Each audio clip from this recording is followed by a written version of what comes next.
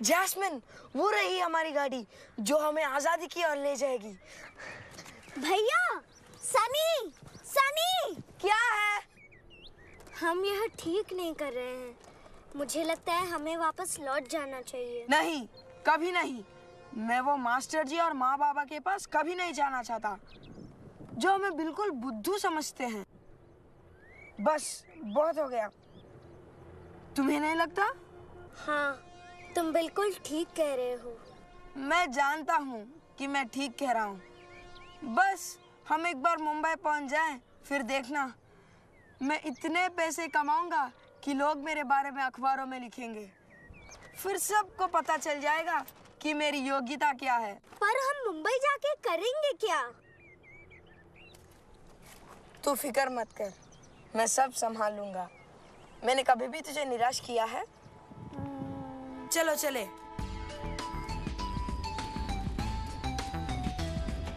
चल जल्दी चल। यात्रीगण कृपया ध्यान दें, मुंबई एक्सप्रेस प्लेटफॉर्म नंबर 2 से रवाना होने के लिए तैयार है। यात्रीगण कृपया ध्यान दें, मुंबई एक्सप्रेस प्लेटफॉर्म नंबर 2 से रवाना होने के लिए तैयार है। साहब, इसकी एंट्री कर दीजिए। ये नंबर है नहीं है, देख लीजिए और नाम की एंट्री कर माफ दीजिए। कीजिए सर, क्या आप जानते हैं प्लेटफॉर्म नंबर 2 पर कहाँ से जाते हैं? हाँ जरूर, ये सीढ़ियाँ ले लो, ऊपर जाकर राइट लेकर फिर सीढ़ियाँ उतर जाना। तुम्हारे माता पिता कहाँ हैं?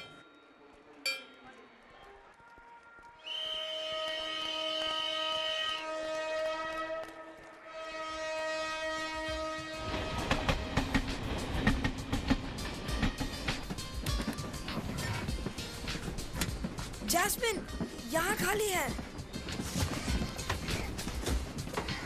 इतनी तेज गाड़ी, इतनी तेज चल रही है। तो थोड़ी ही देर में हम जैस्मिन! पहुंच जाएंगे। जैस्मिन, जैस्मिन, तुम ठीक तो हो? जैस, मुंबई पहुंचकर मैं अपने लिए नए कपड़े, जूते और मोबाइल फोन खरीदूंगा। मैं माँ और पापा को दिखा दूंगा कि मेरी योग्यता क्या है। मैं एक दिन इतना अमीर बन जाऊंगा कि किसी को मेरे परीक्षा में मिले खराब नंबरों के बारे में याद ही नहीं रहेगा।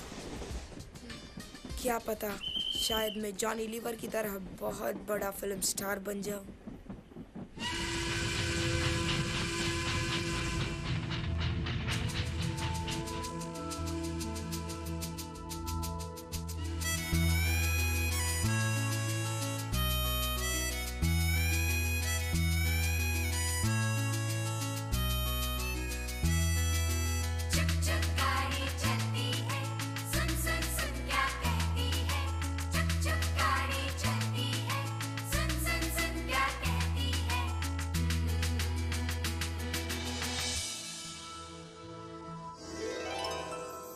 तू जो देखता है तेरा सपना नहीं है, तू जो मांगता है तेरा अपना ही तो है।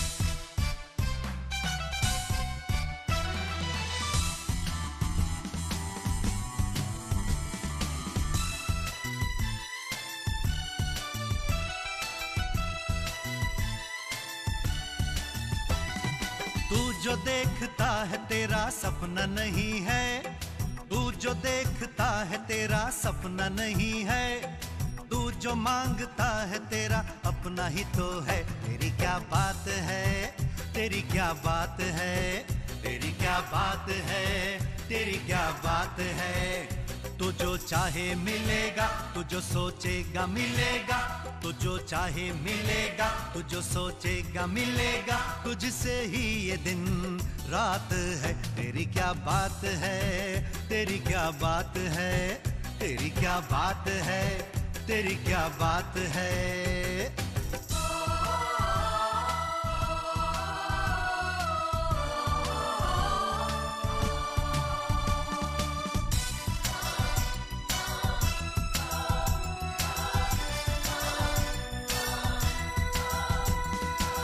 तुझसे मिलने के लिए दुनिया होगी बेचैन, तेरी एक झलक के लिए तरसेंगे नैन। और तुझसे मिलने के लिए दुनिया होगी बेचैन, तेरी एक झलक के लिए तरसेंगे नैन। मम्मी पापा तुझसे कहेंगे तू उनकी जान, बड़ा होकर तू बनेगा उनकी पहचान। तेरी क्या बात है, तेरी क्या बात है, तुझे सब प्यार करेंगे क्योंकि तू बिंदास है। तेरी क्या बात है, तेरी क्या बात है, तेरी क्या बात है, तेरी क्या बात है। भैया उठिए, भैया मुझे भूख लगी है। भैया उठिए, भैया उठ।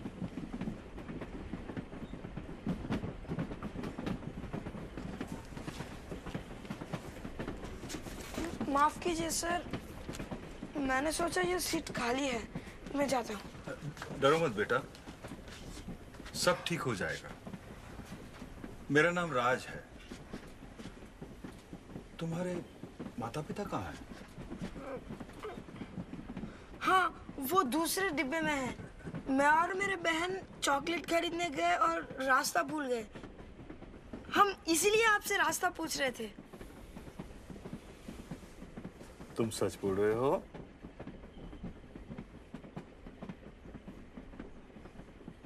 घबराओ मत बेटा, मुझ पर विश्वास करो। मुझे तुम्हारी पूरी कहानी सुननी है। इस बार सब सच सच बताओ।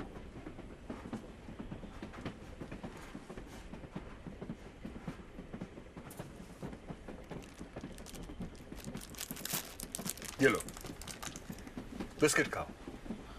ले लो, तुम भी लो।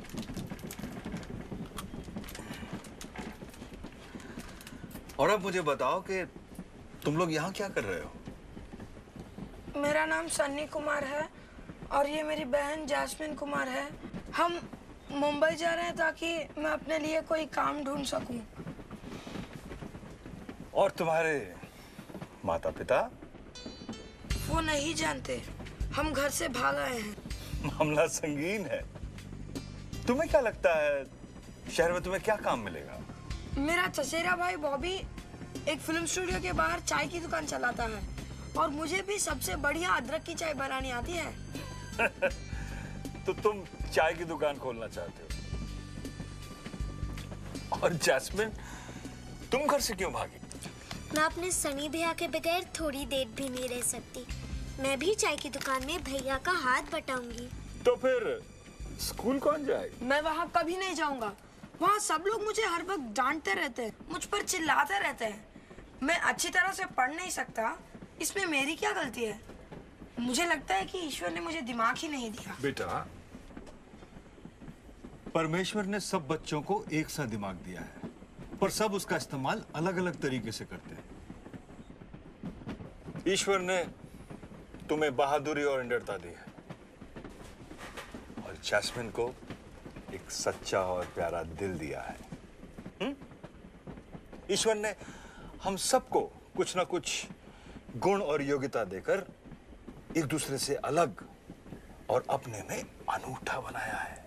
पर मुझे नहीं लगता ईश्वर हमें चाहते हैं, वरना वो माँ और बाबा को हमें बार बार डांटने से रोकते और हमें इतना गरीब नहीं बनाते। मेरे चाचा वीरेंद्र इतने अमीर होकर भी हमारी कोई मदद नहीं करते। मैं बस ये जानता हूँ कि मैं मुंबई पहुंचकर साबित कर दूंगा कि मेरी भी कोई अहमियत है। मैं अमीर बनूंगा और मेरा भी नाम होगा। अच्छा, तो तुम्हें लगता है कि मशहूर और अमीर होने से तुम लोगों को अपनी अहमियत दिखा सकते हो? हाँ बिल्कुल। और अगर मैं तुम्हें कहूं कि तुम्हें कुछ साबित करने की जरूरत नहीं है तो? मैं ये जानता हूँ कि मुझे ये साबित करना होगा। हमें मुंबई पहुंचने में बहुत देर है। मैं तुम्हें एक कहानी सुनाता हूं, उसके बाद तुम तय करना कि तुम क्या सोचते हो। थैंक यू अंकल राज, आप बहुत अच्छे हैं। ये मेरा सौभाग्य है। ये कहानी उस ईश्वर की है जो हमें बहुत चाहता है। उसने हम सबको किसी मकसद से बनाया है। वो हम सब की बहुत कद्र करता है। तो सुनो, संसार की शुरुआत में सच्चे परमेश्वर ने सब कुछ बनाया।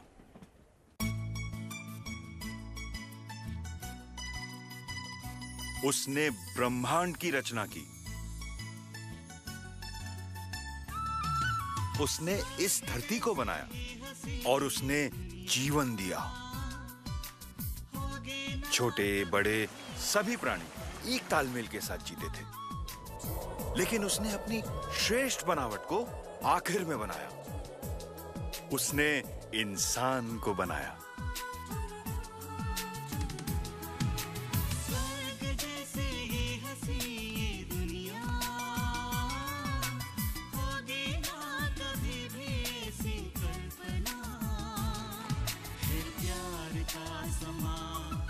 हमें बनाया ताकि हम उसके साथ दोस्ती कर सकें।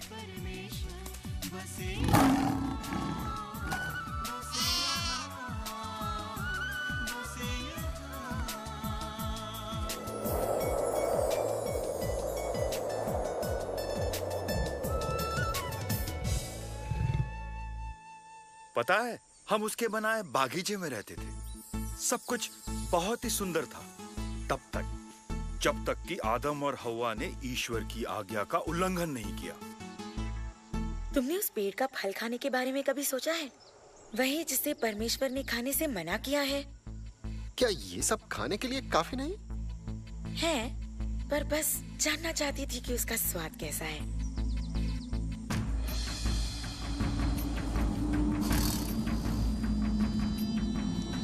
क्या सचमुच परमेश्वर ने कहा कि बाग का कोई फल मत खाना? नहीं, हम हर पेड़ का फल खा सकते हैं, पर परमेश्वर ने कहा तुम उस पेड़ का फल मत खाना जो बाग के बीचों बीच है, ये वाला।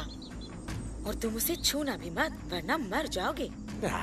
तुम मरोगे नहीं। परमेश्वर ये जानता है कि अगर तुमने ये फल खा लिया तो तुम्हारी आंखें खुल जाएंगी। तुम परमेश्वर जैसे बन जाओगे, अच्छे और बुरे को जानने वाले। हव्वा,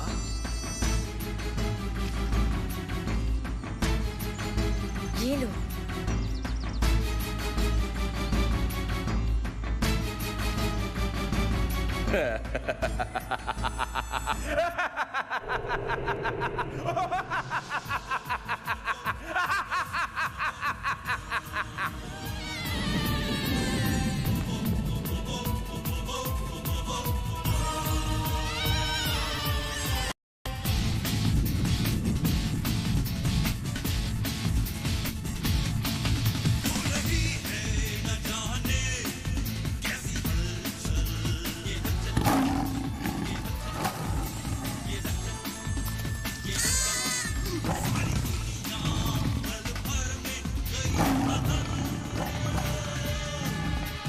ईश्वर की आज्ञा का उल्लंघन करने की वजह से हम उससे दूर हो गए। सब कुछ गलत हो गया। हम में हिंसा जागी। हम एक दूसरे को दुख पहुंचाने लगे। हम लालची और स्वार्थी हो गए। हम एक दूसरे से प्यार करना भूल गए।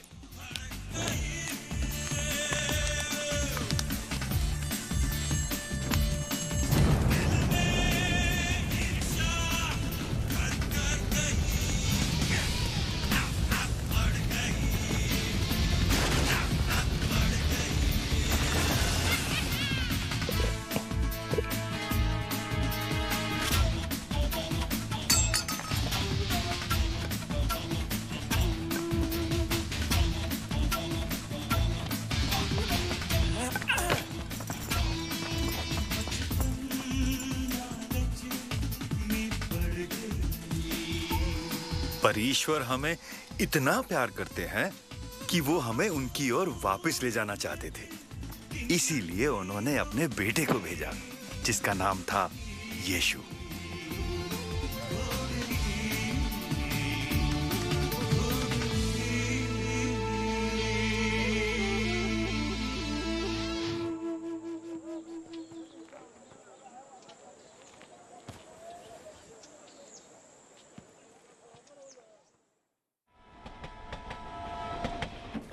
उस लड़के ने पैसे चुराए? हाँ, गलतियां हम सब करते हैं। तुम्हें वो बागीचे वाला सांप याद है? वो आज भी हमें गलत काम करने के लिए उकसाता है। परमेश्वर हमें माफ करना चाहते हैं, इसलिए उन्होंने अपने पुत्र को भेजा। पूरी कहानी सुनकर ही बात तुम्हारी समझ में आएगी। अंकल, क्या आप जानते हैं मुंबई पहुंचने में और कितनी देर है? तुम फिक्र मत करो, हमारे पास बहुत समय है कहानी सुनने के लिए। यीशु जो ईश्वर का बेटा था, मनुष्य बनकर हमारे बीच आया। मरियम नाम की एक लड़की की कोख से उसका जन्म हुआ। मरियम और उसके पति यूसुफ ने यीशु को अपने बेटे की तरह पाला।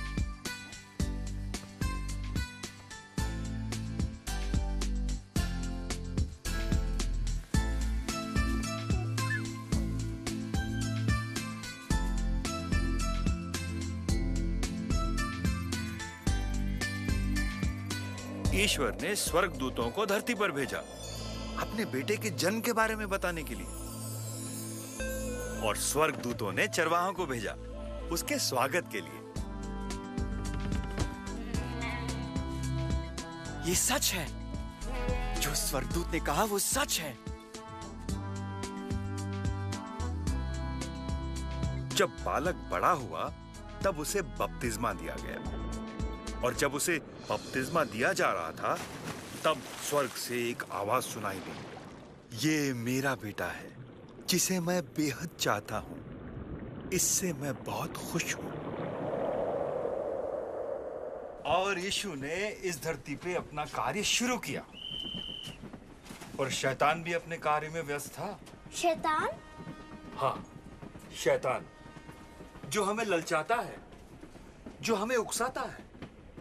ईश्वर का दुश्मन वो नहीं चाहता था कि यीशु हमें हमारे पापों से बचाए।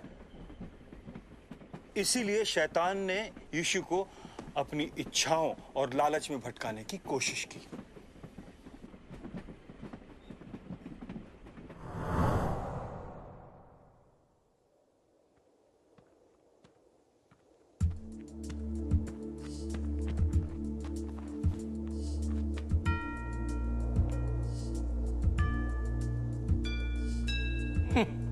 परमेश्वर का बेटा 40 दिन बिना खाए उपवास और प्रार्थना।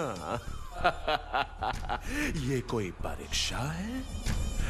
तुम्हारे पिता का हुक्म है?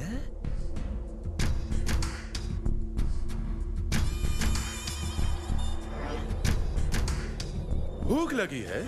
हाँ? अगर तुम परमेश्वर के बेटे हो तो इस पत्थर से कहो कि ये रोटी बन जाए। ये लिखा है कि मनुष्य सिर्फ रोटी से ही नहीं बल्कि परमेश्वर के मुख से निकले वचनों से जीवित रहेगा।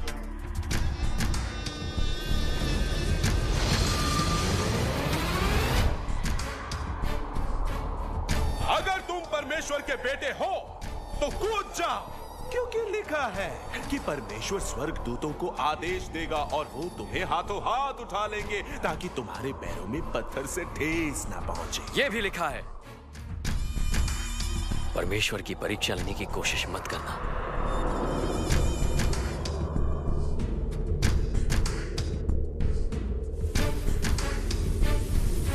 मैं ये सब तुम्हें दे दूंगा अगर तुम सिर्फ और सिर्फ मेरी पूजा करो। दूर हो जा शैतान। लिखा है कि तू अपने प्रभु परमेश्वर को प्रणाम कर और उसी की उपासना कर। हम फिर मिलेंगे।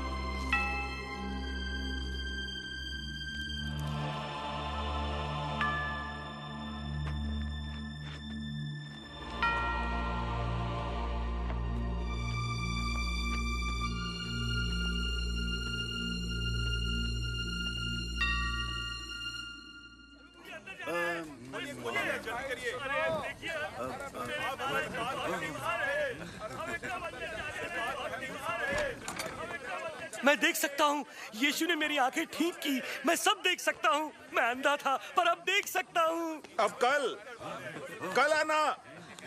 माफ करो, अब कल नहीं।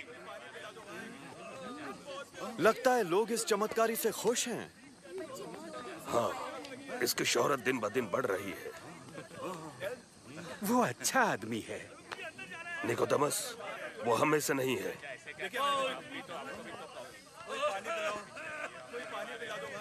नहीं, आप लोग कल आना। मैंने कहा आप लोग कल आना। आपको कल देखेंगे, कल।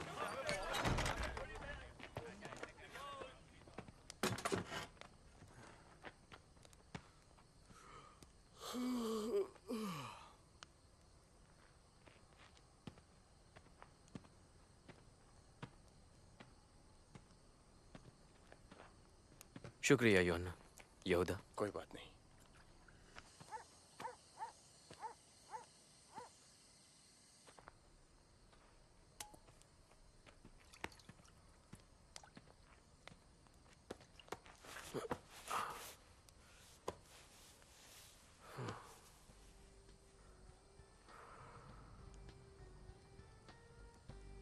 यीशु, यीशु, यीशु।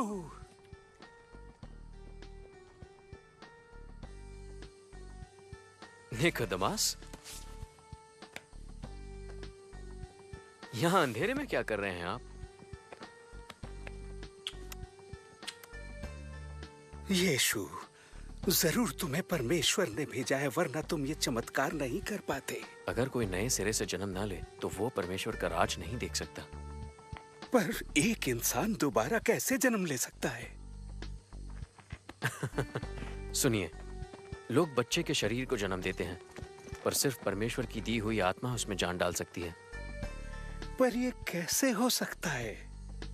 परमेश्वर को इस दुनिया के लोगों से इतना प्यार है कि उसने अपना बेटा भेजा, ताकि जो भी उस पर विश्वास करेगा वो अमर जीवन पाएगा और उसकी आत्मा कभी नहीं मरेगी। परमेश्वर ने अपना बेटा दुनिया में इसलिए नहीं भेजा कि लोगों में बुराई ढूंढे, उसे लोगों को बचाने भेजा है। जो लोग सच्चाई की जिंदगी नहीं जीते, उन्हें उजाले से ज्यादा अंधेरा पसंद होता है, पर जो लोग सच्चाई से जीते हैं वो उजाले में आएंगे।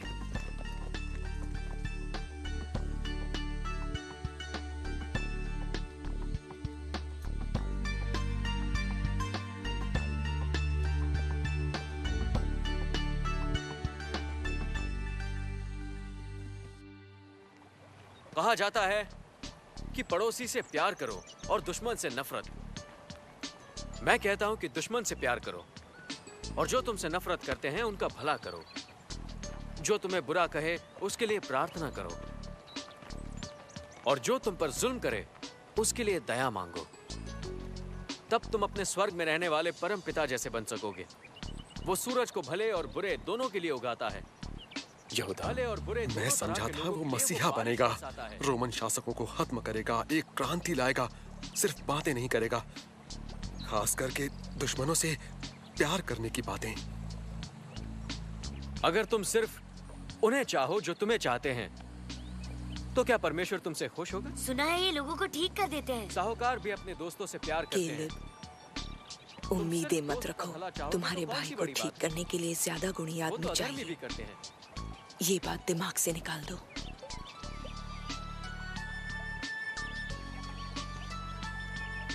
दूसरों से वैसा ही सलूक करो जैसा तुम अपने लिए चाहते हो।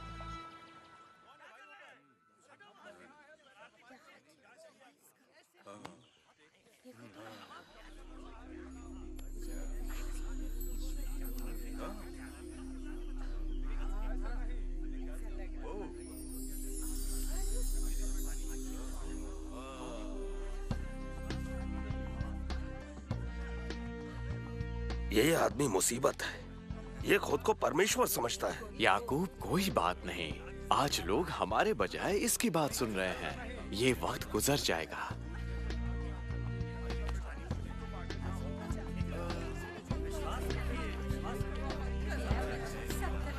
तुम यहाँ रुक क्यों गए? हम अंदर नहीं जा सकेंगे। कोई बात नहीं कालिब, तुमने कोशिश तो की। लेकिन वो आदमी तुम्हें ठीक कर सकता है। मेरे पास एक तरकीब है, चलो।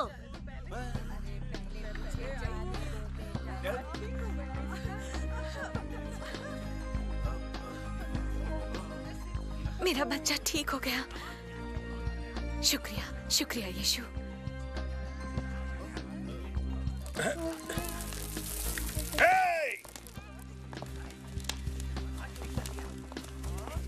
तुम छत पर ये क्या कर रहे हो?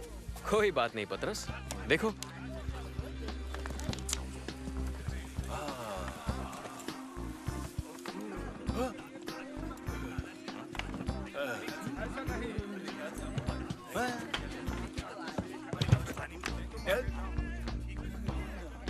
मेरे दोस्त, तुम्हारे गुनाह माफ हो गए।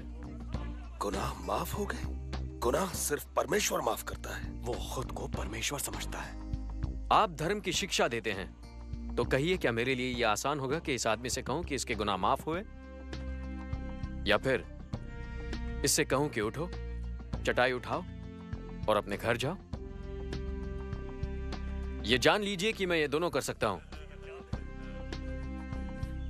उठो, अपनी चटाई उठाओ और घर जाओ।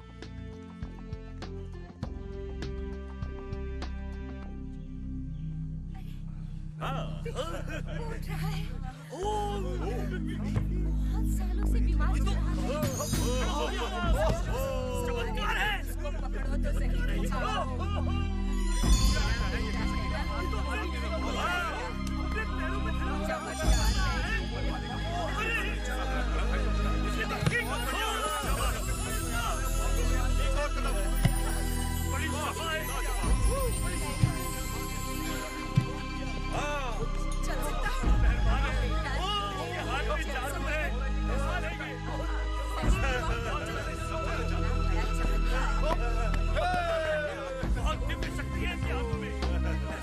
कालिब, विश्वास नहीं हो रहा, कितना अच्छा लग रहा है। कमाल हो गया।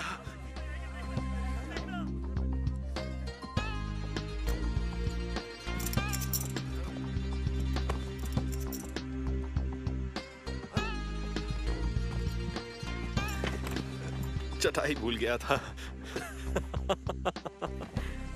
कालिब, आओ चले। कालिब, आओ चले।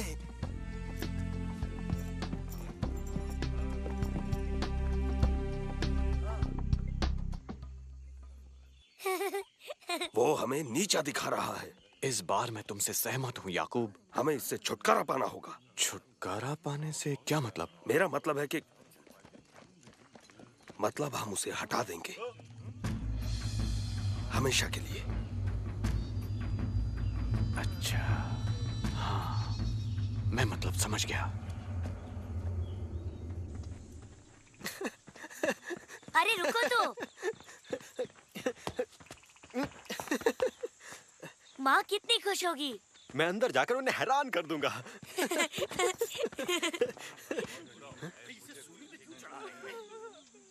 नहीं कालिब, मत देखो।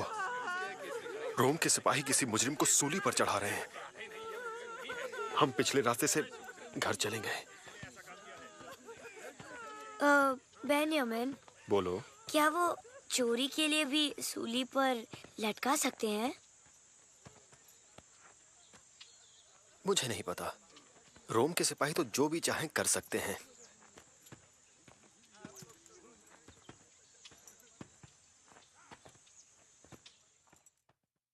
ओह हाँ हाँ, मैं आज सुबह ही लौटा। अरे सुनो, यीशु ने मुझे जो शक्ति दी थी उससे एक अंधा देखने लगा। हाँ हाँ, और मेरे जरिए एक छोटी लड़की चलने लगी। हाँ, मरियम और मार्था को देखकर खुशी हुई। यीशु, यीशु, मेरे बेटे पर दया करो। आपके शिष्यों ने बहुत कोशिश की पर वो उसे ठीक नहीं कर पाए। उसे मेरे पास लाइए।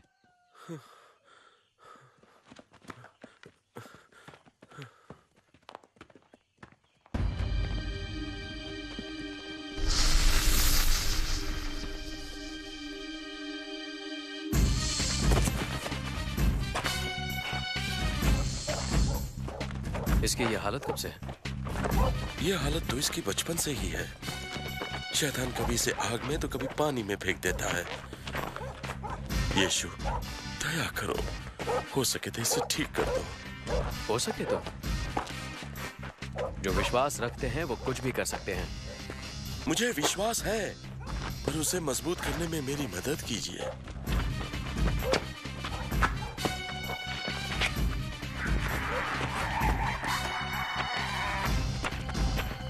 मैं तुम्हें हुक्म देता हूं कि इसे छोड़ दो और दोबारा इसे परेशान मत करना।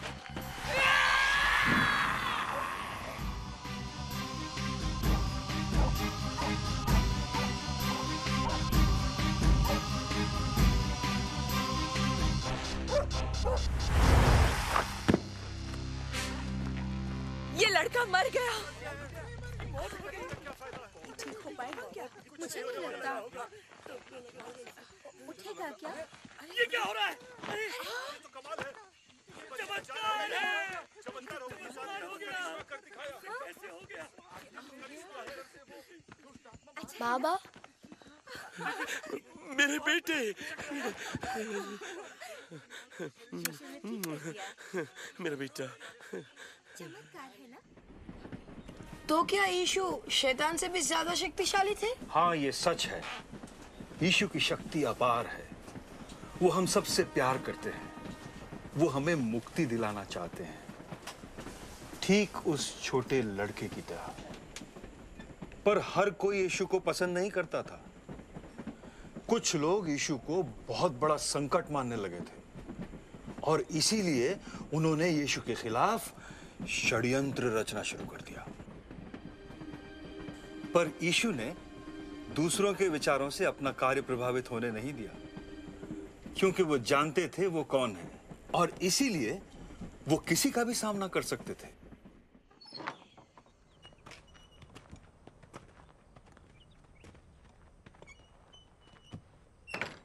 यीशु, आज का दिन अच्छा था ना?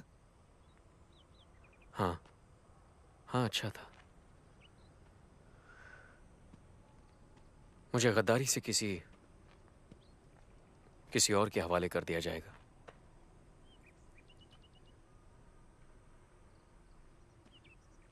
और वो मुझे मार देंगे। पर मौत के तीसरे दिन मैं फिर जिंदा हो जाऊंगा।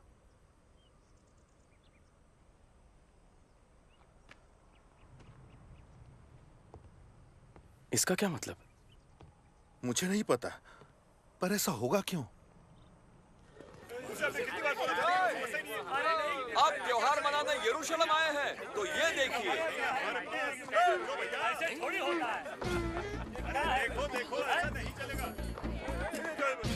मैं कहता हूँ मुसीबत बढ़ने से पहले उसे मार देना चाहिए। हमें रुकना चाहिए, इतनी जल्दबाजी अच्छी नहीं। नहीं, अभी बहुत इंतजार कर चुके। हम किसी को ऐसे ही नहीं मार सकते। और कोई रास्ता नहीं। इससे पहले कि वो और मुसीबतें खड़ी करे, हम उसे मार देंगे। ऐसी चाल चलेंगे कि रोमन्स को सूली पर चढ़ाने के लिए एक और मुजरिम मिल जाए। पर अभी इंतजार करेंगे। त्योहार मनाने के लिए शहर में बहुत लोग आए हैं, दंगा हो सकता है।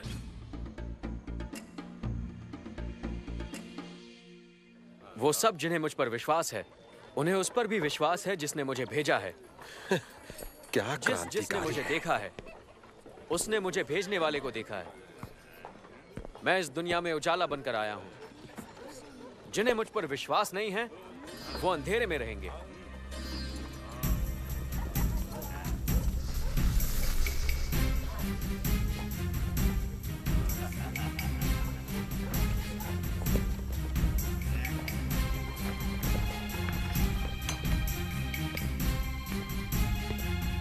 यीशु का चेला और यहाँ क्या सेवा करें हम तुम्हारी? मुझे कितने पैसे दोगे अगर मैं यीशु को तुम्हारे हवाले कर दूं? तुम कर सकोगे?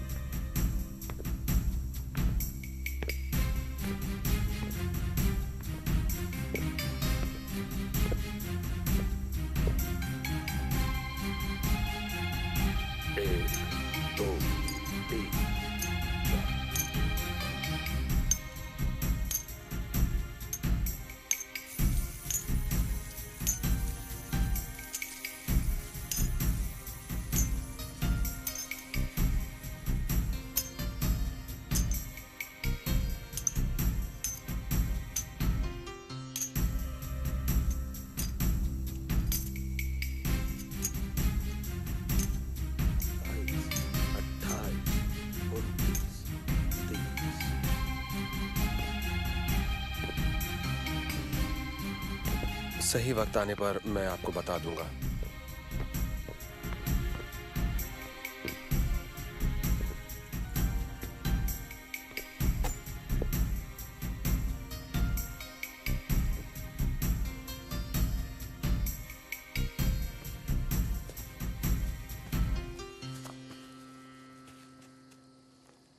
पतरस, याकूब, योहान, आओ।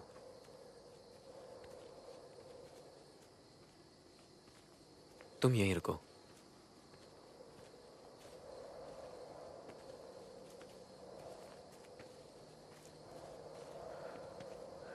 मैं परेशान हूं।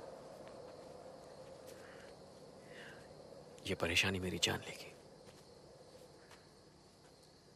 यहीं रुको और मेरे लौटने तक जागते रहो। हाँ, ठीक है।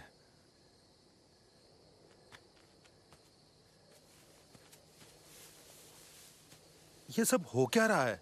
मुझे नहीं पता, पर मैंने उन्हें इतना परेशान पहले कभी नहीं देखा।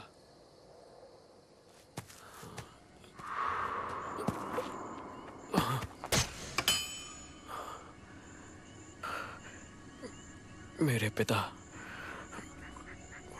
अगर हो सके तो मुझे इन सारी तकलीफों से मत गुजरने देना।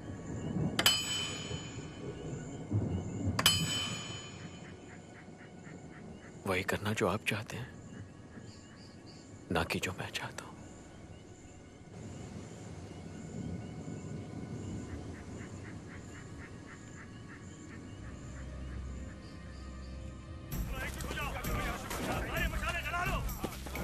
जाओ, हथियार लाओ।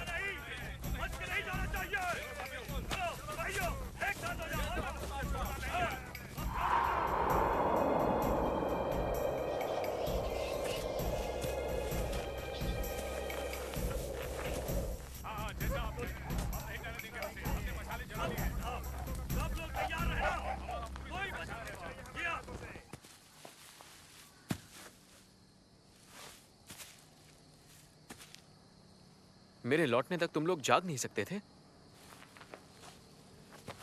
हम यीशु को कैसे पहचानेंगे? किसी को आगे भेजना चाहिए जो इशारे से हमें बता दे कि यीशु कौन है। नहीं, मैं जिसका गाल चूमूंगा वो ही यीशु होगा। वक्त आ गया है मुझे हवाले किए जाने का। उठो। मुझसे गद्दारी करने वाला यहां आ चुका है। वो उसे गिरफ्तार करने आ रहे हैं। अभी कुछ करना चाहिए।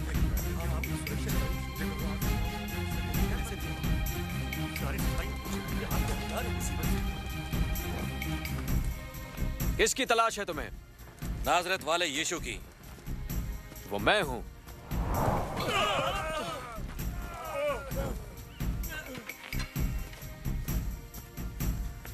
किसकी तलाश है तुम्हें? नाजरत वाले यीशु की। मैंने कहा कि वो मैं हूं। जब तुम्हें मेरी तलाश है तो बाकियों को यहां से जाने दो।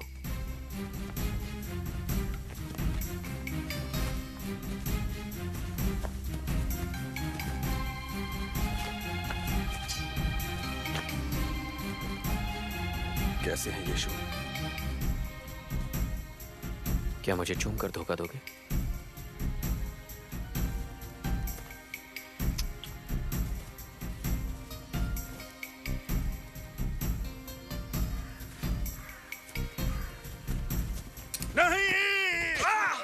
बस करो, फेंक दो अपना खंजर। जो हिंसा के सहारे जिएंगे वो हिंसा से ही मरेंगे। मैं वो तकलीफें उठाऊंगा जो मेरे पिता ने लिखी हैं।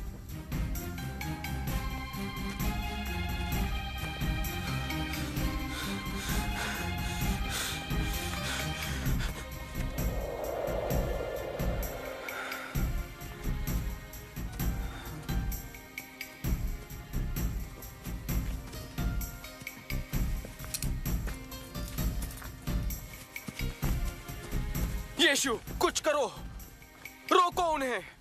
क्या तुम नहीं जानते कि अगर मैं कहूं तो मेरे पिता स्वर्गदूतों की 12 फौजें भेज सकते हैं, मगर वो कैसे होगा जो उन्होंने लिखा है?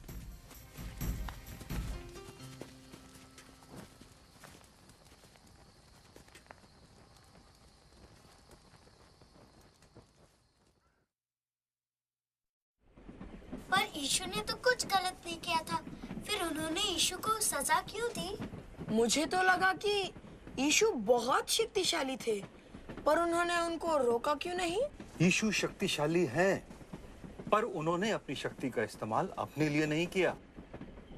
उन्होंने अपनी शक्ति का इस्तेमाल तुम्हारे लिए और तुम्हारे लिए किया। आप क्या कहना चाहते हैं? याद रखो, हम हमारे पापों की वजह से अपने ईश्वर से दूर हो गए थे और इसकी सजा किसी न किसी को तो भुगतनी ही थी। और वो सजा यीशु ने अपने सर ली।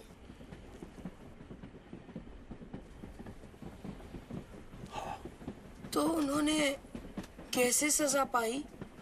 उन दिनों लोगों को क्रूज पे चढ़ा के मारा जाता था। और उन्होंने यीशु के साथ भी यही किया।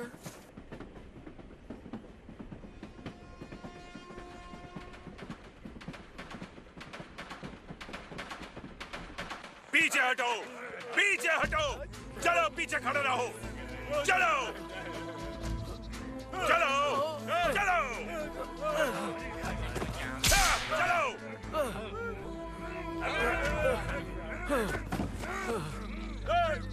तुम इसकी मदद करो।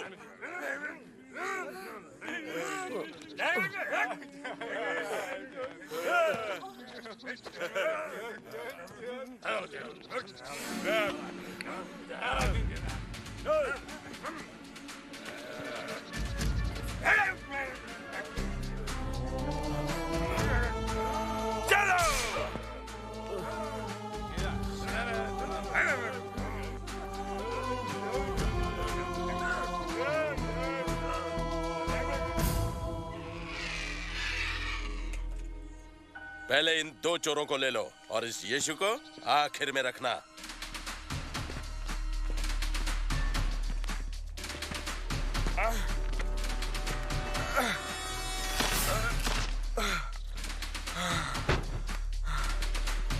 नहीं, नहीं, नहीं, नहीं, नहीं, नहीं।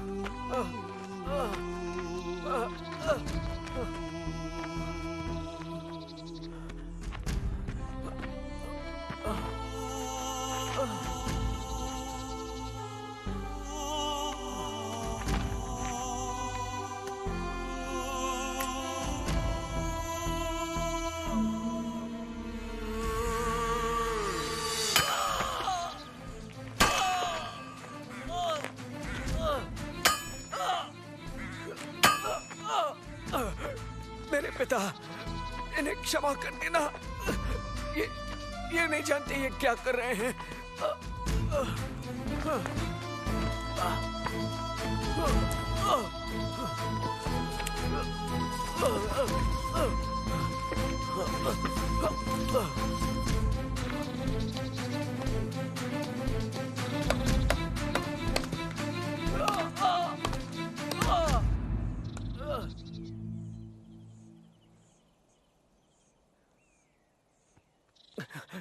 मेरे पिता परमेश्वर, मुझसे मुंह क्यों मोड़ लिया? तुम परमेश्वर के बेटे हो ना? फिर बचाओ खुद को और हमें भी। तुझे परमेश्वर का डर नहीं? हम अपने जुर्म की सजा भुगत रहे हैं, पर इन्होंने तो कुछ भी नहीं किया। मुझे याद रखना, जब आपका राज आए। वचन देता हूं कि आज तुम स्वर्ग में रहोगे मेरे साथ।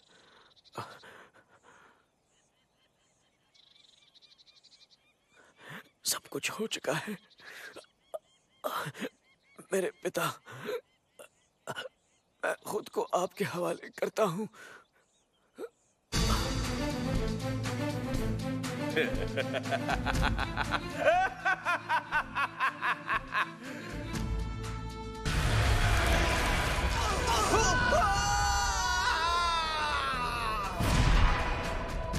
सिपाही, देखो ये मर चुका है या नहीं।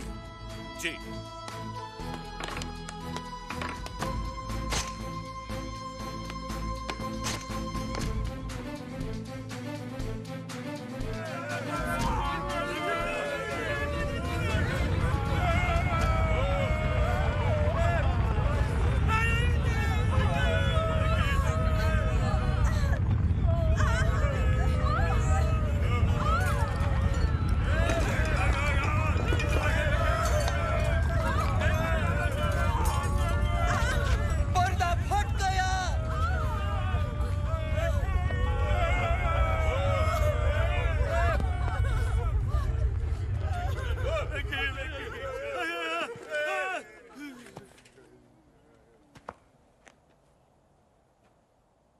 ये आदमी सचमुच परमेश्वर का बेटा था।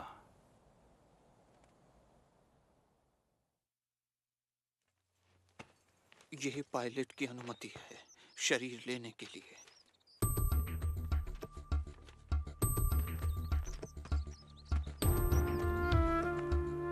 यूसुफ, यूसुफ, रुको, मैं मदद करता हूँ। तुम निकोदेमस, तुम सबको बताना चाहते हो कि तुम इनके मानने वालों में से हो। वो मेरे साथ जो भी सुलूक करें, मुझे परवाह नहीं। दर्द सहा, क्या क्या किया, जान भी तुमने दिया। दर्द सहा, क्या क्या किया, जान भी तुमने दिया। देखते रह गए हम, कुछ भी ना कर सके हम। हो गई कैसी खता।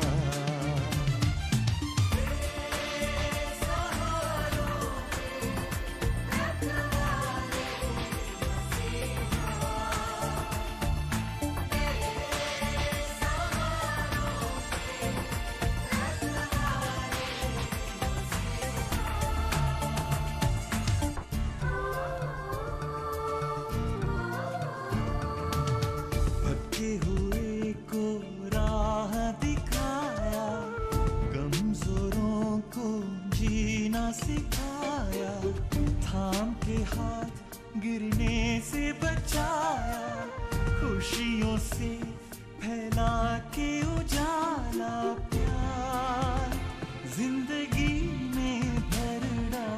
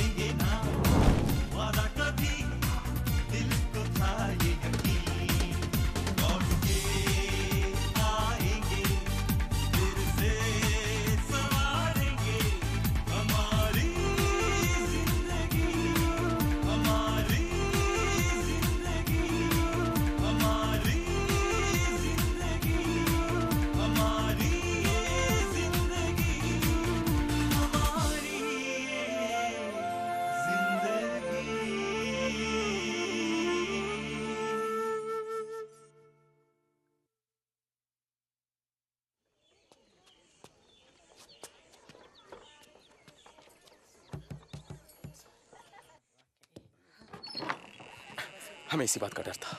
शहर के शासक हमें ढूंढ रहे हैं।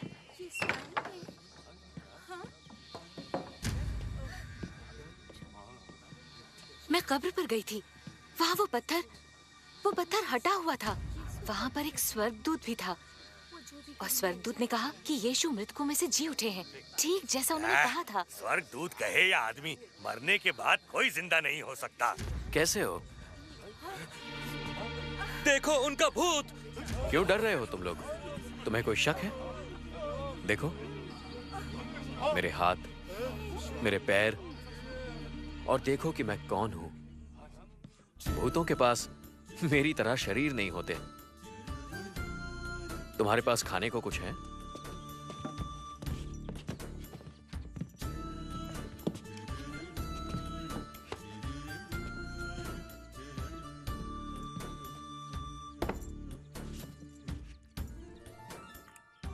देखो, भूत मछली नहीं खाते।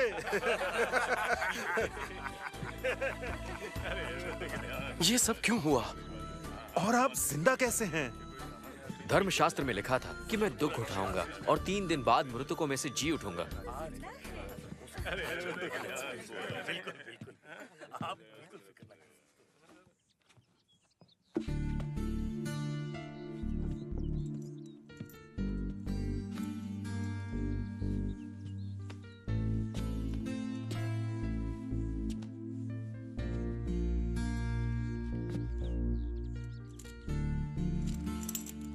ये आपका है, मैंने इसे चुराया था।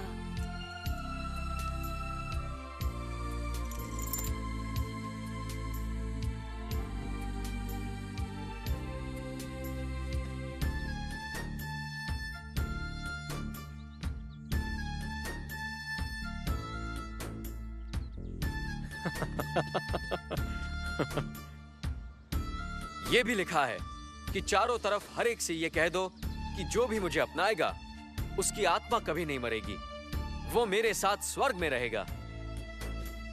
इसलिए जाओ और सारी जातियों के लोगों को मेरी शिक्षा बताओ। उन्हें परम पिता, पुत्र और पवित्र आत्मा के नाम से बपतिस्मा दो। उन्हें वो सब बातें मानना सिखाओ जिनका मैंने तुम्हें आदेश दिया है। मैं हमेशा तुम्हारे साथ रहूंगा, इस दुनिया का अंत होने तक। गैलिली के लोगों, आकाश की तरफ क्या देख रहे हो? यीशु को स्वर्ग में ले गए हैं, पर एक दिन वो वापस आएंगे, उसी तरह जिस तरह तुमने उन्हें जाते देखा। रुको!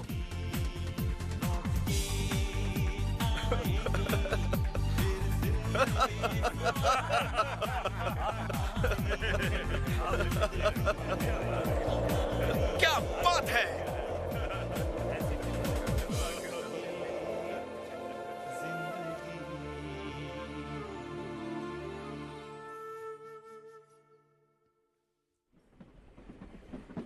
तो तुमने देखा, यीशु ने अपनी जान दे दी, क्योंकि तुम दोनों उनके लिए बहुत कीमती हो।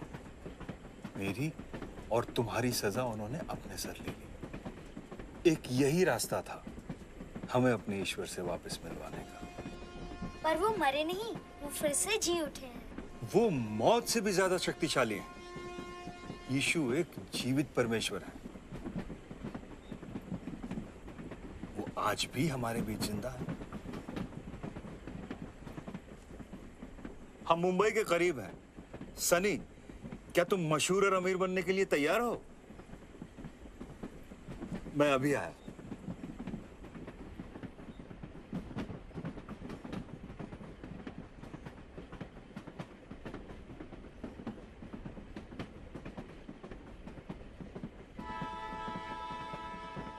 जैस्मिन,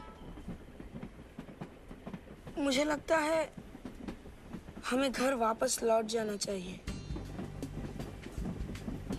अंकल से कहानी सुनने के बाद मैं ये जान गया हूँ कि यीशु हमसे प्यार करते हैं। मुझे लगता है कि हमारी भी कोई अहमियत है।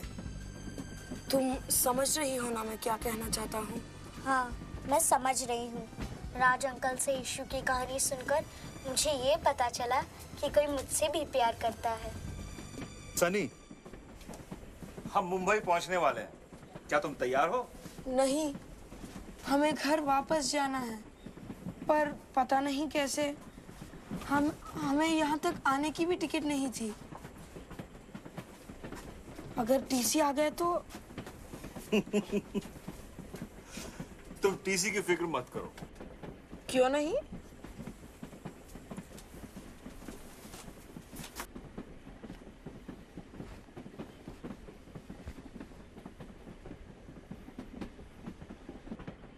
मैं ही टीसी हूं